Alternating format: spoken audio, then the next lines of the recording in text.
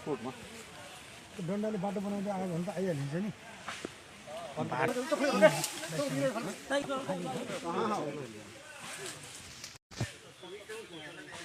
ल अरू सरू उतै बस्नु नलाए ल भनेको मानेर पर्नु उतै बस्नु।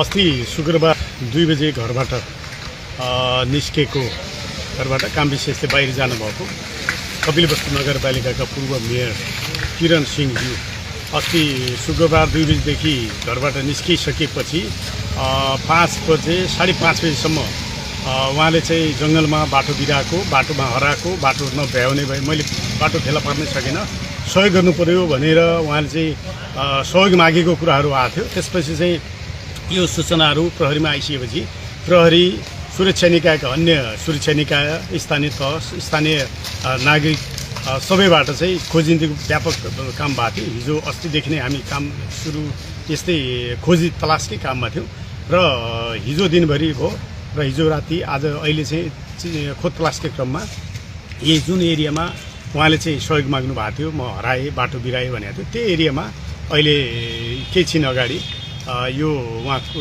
डेड बडी भेटिएको भन्ने जानकारी आएको छ। अहिले म घटनास्थलमा पुगेको छु।